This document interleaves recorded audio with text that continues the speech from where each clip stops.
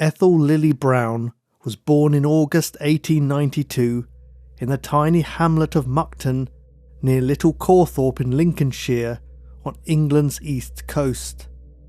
She grew up among rural communities and wide stretches of farmland, and in those early years her parents Tom and Ellen Brown saw little to suggest the dark turn her life would later take. By the time Ethel was 6, the family had moved to the nearby village of Tumby near Horncastle, where her father worked as a gamekeeper for the prominent Hawley family. Later, Ethel would describe her quiet upbringing as restrictive rather than idyllic. She wrote, "There's not much romance in a life spent almost entirely in a Lincolnshire hamlet under the roof of humble parents who had few friends outside the family circle, with only an occasional dance or a neighbouring flower show for social intercourse." Ethel's older brother Fred went on to work as a farmer, while Ethel spent her time practicing the piano or helping around the cottage. After leaving school, she worked as an apprentice dressmaker but gave it up to care for her declining mother. In 1915, in her early 20s, Ethel gave birth to a daughter after a brief relationship with a local man and named her Oriel Iris Tropina. To avoid the stigma attached to children born outside marriage at the time, her parents raised Oriel and passed her off as their niece. 3 years later, at the age of 26, Ethel began a relationship with Arthur Major, who was 28. He had served in the trenches in France during the first year of World War I, but had been wounded and invalided out of the army. The couple soon married and moved in with Ethel's parents. Arthur found work as a lorry driver and, at this point, remained unaware that Oriel, who lived in the household, was in fact Ethel's daughter. Not long after the marriage, Arthur and Ethel had a son, Lawrence. Alongside driving lorries, Arthur volunteered as a gardener and helped at the local church, while Ethel cared for Lawrence, helped her mother with the housework, and did voluntary work as a cleaner. After Ethel's mother died, her father took Oriel, now 17, to live with him at Primrose Cottage in Rowton, a village at the foot of the Lincolnshire Wolds. In 1932, Arthur, Ethel, and their son Lawrence moved into a home of their own, a council house about a mile away in Kirkby-on-Bane. At some point after this, almost certainly through village gossip, Arthur learned the truth that Oriel was his wife's daughter from a previous relationship. Their marriage deteriorated, arguments became frequent, and Arthur began drinking heavily. Before long, Ethel and Lawrence began sleeping at her father's cottage in Rowton, returning to the Kirkby house only during the day. Around this time, Ethel complained to Police Sergeant James Mitchell, alleging that her husband was driving his lorry while drunk and telling him that she could no longer live with him. Mitchell kept Arthur under observation, but found no evidence to confirm Ethel's story, and Arthur's work colleagues described him as a very good working man. By 1934, the couple faced financial strain and frequent arguments. Arthur accused Ethel of spending too much, while Ethel complained that Arthur paid little attention to their son. In May that year, a neighbour witnessed a violent quarrel in the street. He reported seeing Ethel tear the rear mudguard from Arthur's bicycle as he wheeled it along. Arthur then chased her into the house and back out again, where Ethel picked up a brick and threw it at him, narrowly missing.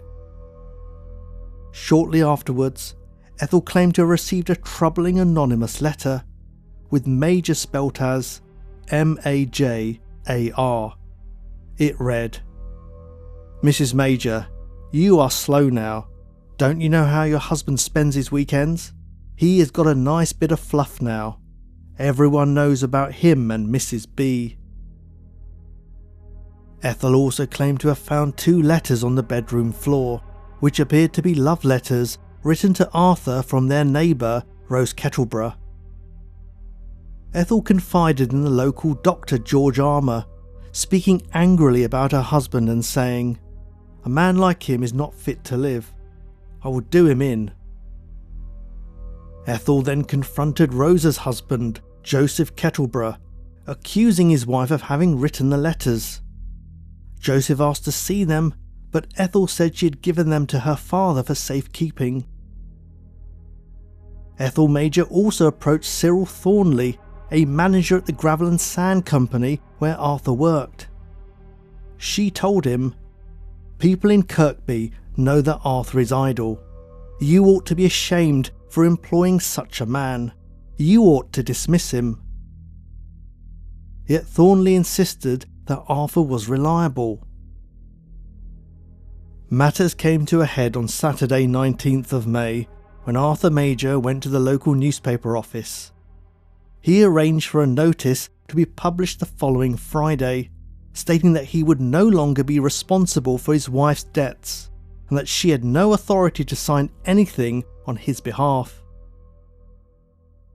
On Tuesday 22nd of May, Ethel and Lawrence returned from her father's house early in the morning as usual. Arthur came downstairs at about 6:30, then left for work without eating breakfast. Later that afternoon, at about 5:30, Lawrence saw his father sitting in the front room with his head in his hands. On the table in front of him was a plate with some leftover corned beef and a cup and saucer containing sugar and milk. Arthur then went outside to attend to his bicycle. Watching from the window, Lawrence noticed his father was unsteady and trembling. He called his mother, and together they went outside, catching Arthur just as he was about to fall. Ethel told Lawrence that perhaps the corned beef had not agreed with him. 2 hours later, a worried Lawrence fetched his grandfather Tom, who was shocked by what he saw.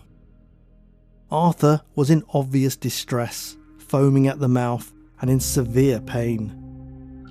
Tom immediately told Lawrence to fetch a doctor, expressing surprise that he had not already been called. When Dr. Frederick Smith arrived, he noted that Arthur Major was sweating heavily and suffering from convulsions.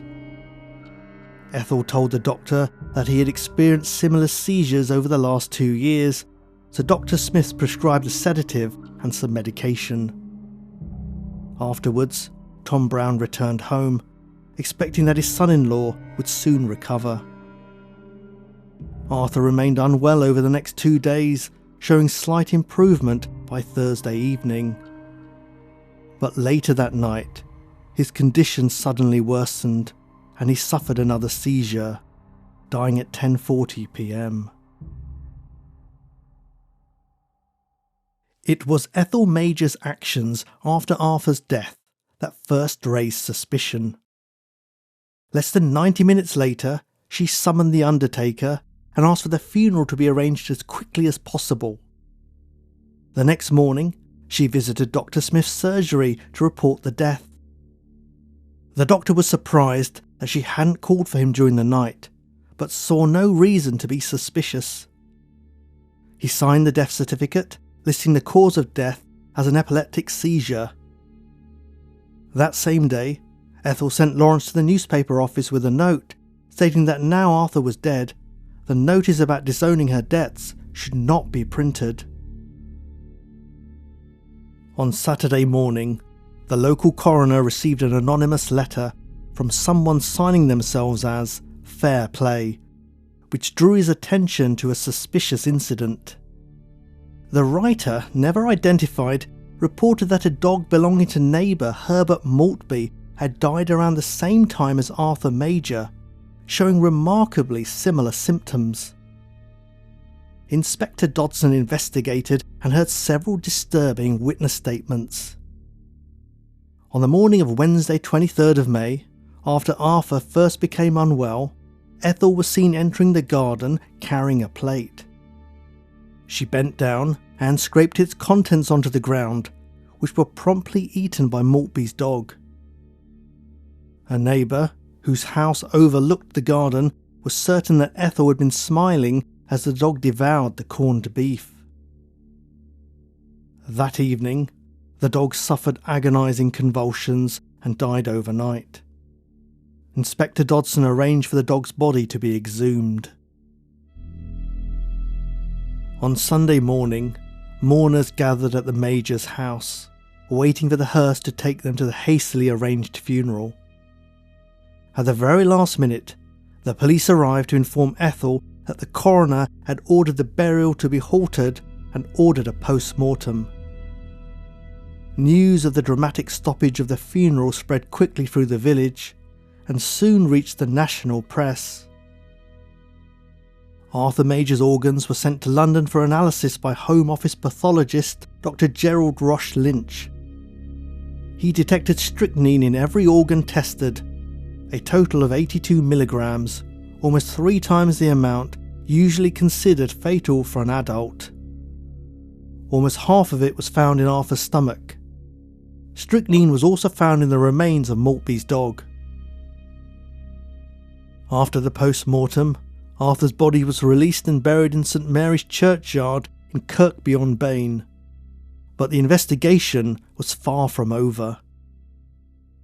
Officers from Scotland Yard, led by Detective Chief Inspector Hugh Young, took up the case.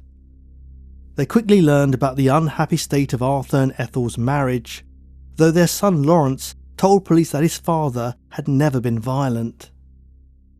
He also explained that a few days before Arthur became ill, his mother had given him money to buy a tin of corned beef.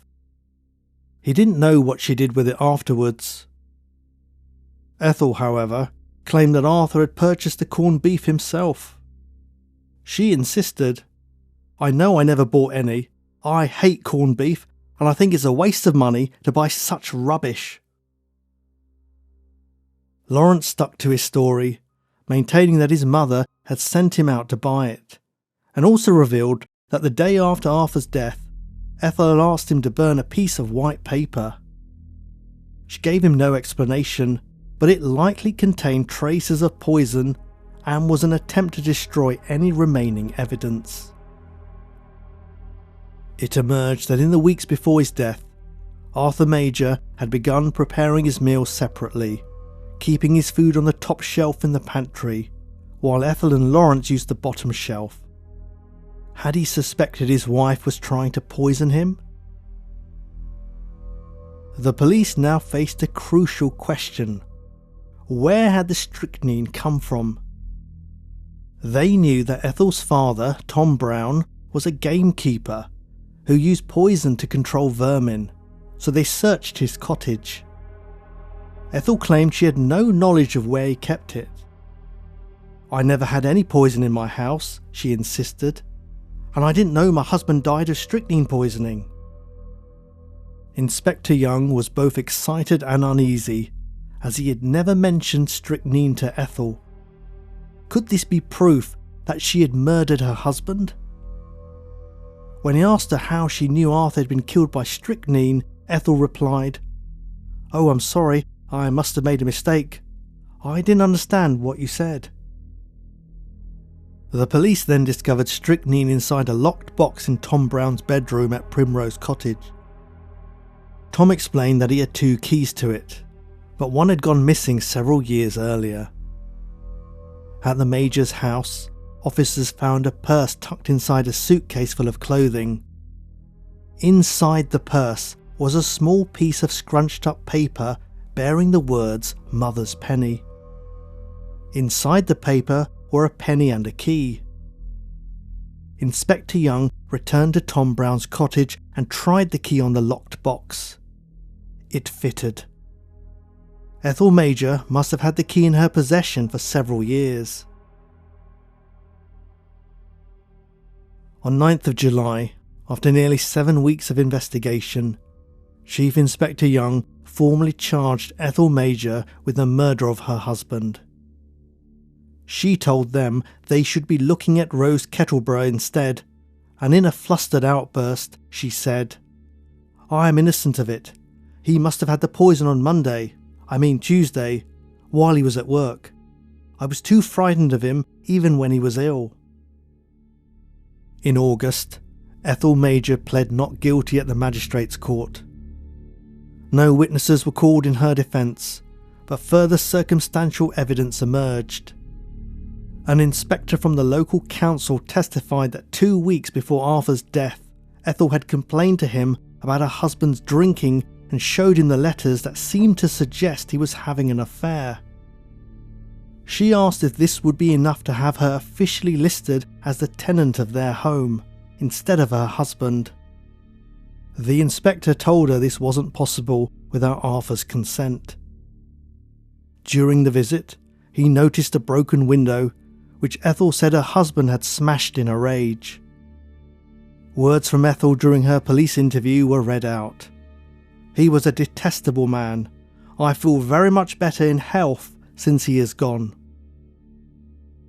After deliberating for a few minutes, the magistrates concluded that Ethel had both the opportunity and the motive to poison her husband. She was committed for a full trial at the next Lincolnshire Assizes and remanded in custody at Hull Prison. The trial took place in late October 1934, with Richard O'Sullivan KC leading the prosecution and Norman Burkitt KC defending Ethel Major. Mr. Justice Charles presided, and the jury consisted of 9 men and 3 women. The case against Ethel was overwhelming, focusing on 3 main points: the death of the dog, the missing key to her father's poison box, which was found in her possession, and the statement she had allegedly made to Dr. Armour about wanting her husband dead. However, one claim by Inspector Young did not hold up. He had believed he had trapped Ethel when she mentioned strychnine before he did, but it was proven that her solicitor had told her about the presence of strychnine before she was questioned. A local solicitor, Walter Holmes, gave evidence that about 10 days before Arthur Major's death, Ethel had come to his office and asked him to drop a legal letter on her husband's behalf. At her request, he wrote a letter to Mrs. Rose Kettleborough.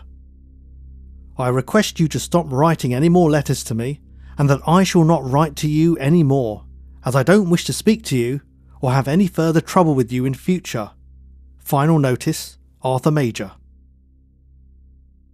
A few days later, when Arthur found out, he reportedly burst into the solicitor's office shouting, "I'll wring her bloody neck." In court, Rose Kettleborough denied ever writing to Arthur.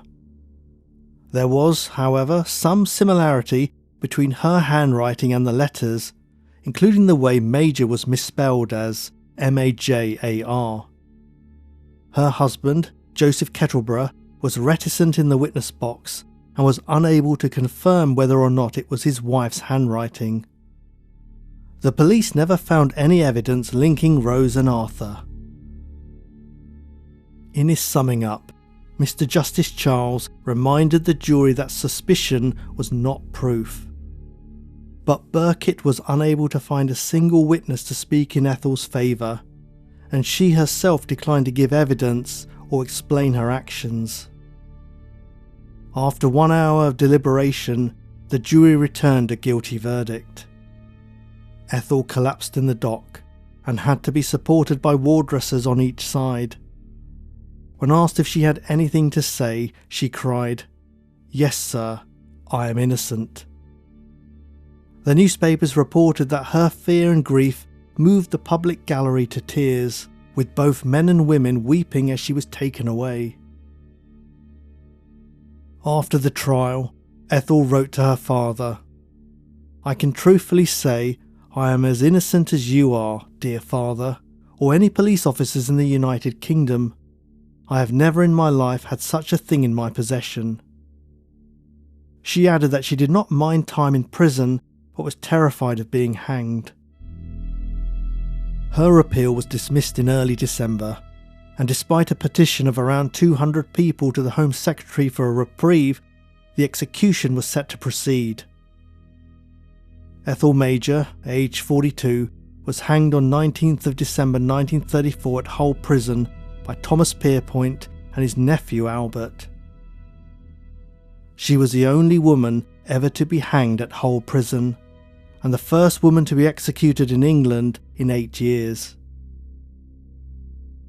Her son, Lawrence Major, who had lost both parents in tragic circumstances, married a woman named Eileen Hilton in 1938 and moved about 10 miles away to Billinghay, where he worked for the Castle Gravel Company.